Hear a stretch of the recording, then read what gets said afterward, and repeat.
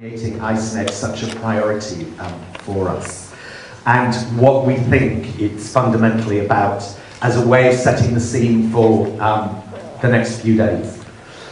When the journey began, as you know, CCE was set up to run this very big program in the United Kingdom called Creative Partnerships. It ran for almost 10 years there. It grew to be a very big program. We were working in around 2,500 schools every year, and with over 1 million young people. And we thought it was a huge success. We also did a huge amount of research right from the start on this program. We were spending almost €1 million a year on researching it. And in many ways, I feel that one of the most powerful legacies of Creative Partnerships has been the depth of the research that it did. In the early years, we looked at what impact the program was having. And we were able to show that children and young people who'd been through the program did better in test results, were better motivated, behaved better, got on with each other better, their parents were more likely to be engaged in their education, and so forth. And we researched all those things because those were the things that head teachers worry about. Are they going to behave better? Will they get better scores, and so forth? Because that's what head teachers in most schools in the world worry about. And so we thought, well, that's great when we found all that. But we went on to commission a whole lot of research to say, why is this happening? What is it that happens in the classroom in the Creative Partnerships program that really makes the difference to young people and builds their capacity to succeed? And the final big wave of research involved 3 universities sending researchers into classrooms. One was Cambridge University, one was Nottingham University, and the other was the University of Winchester. And although they were researching slightly different things, when they came back, they really came to the same conclusion.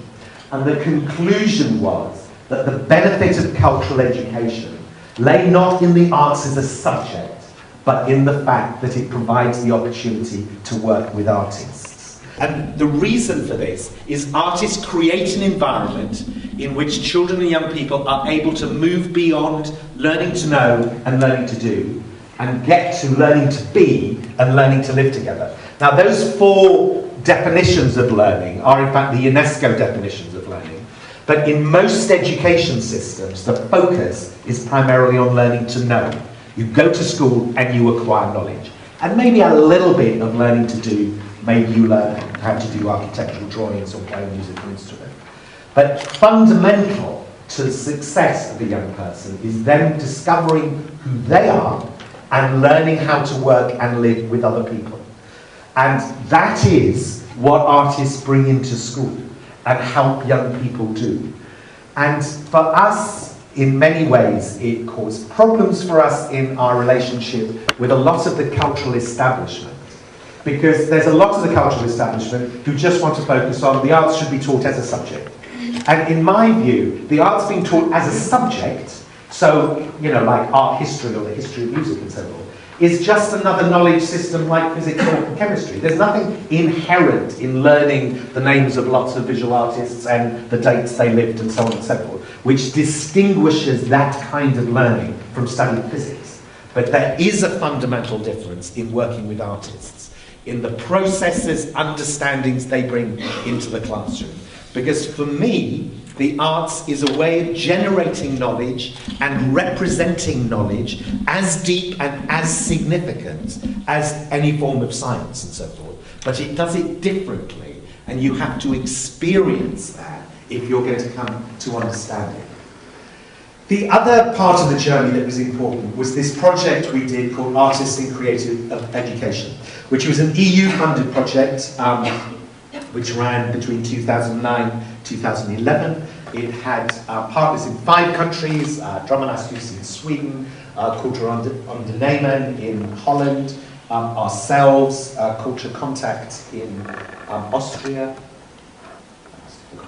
but it'll come back to me. And basically, groups of artists in each one of those countries developed programs in their schools, did an exchange program when they came back and visited each other's schools, and out of that process came the writing of a publication called Artists in Creative. It's a guide for artists wanting to work in this way.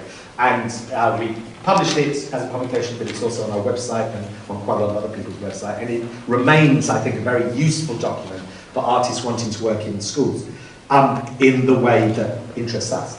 And we had a conference, a bit like this, but in Brussels to launch it.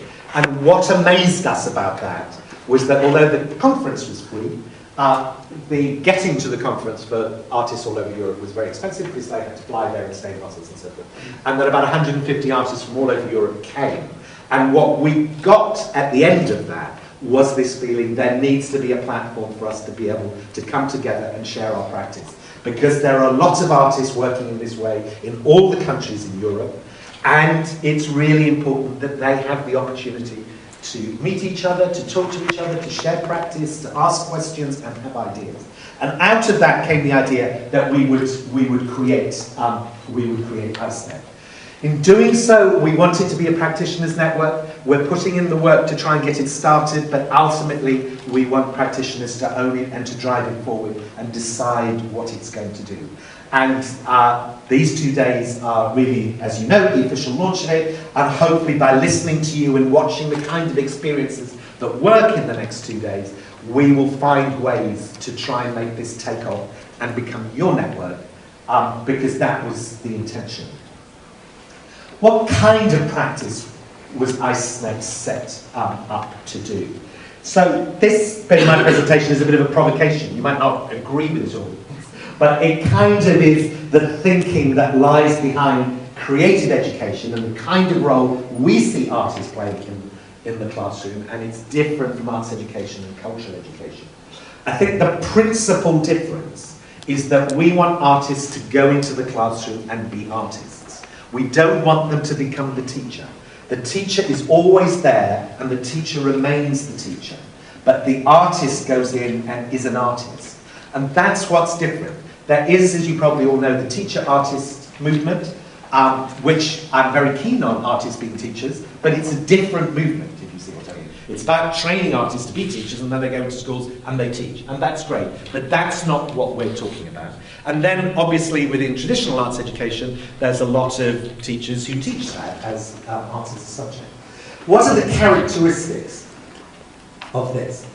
Well, one of the things that we learned from our research, and I think is key here, is that ICEnet thinks that the creativity of an artist is separate from their technical skills. This was something we learned from the research into artists that worked in creative partnerships.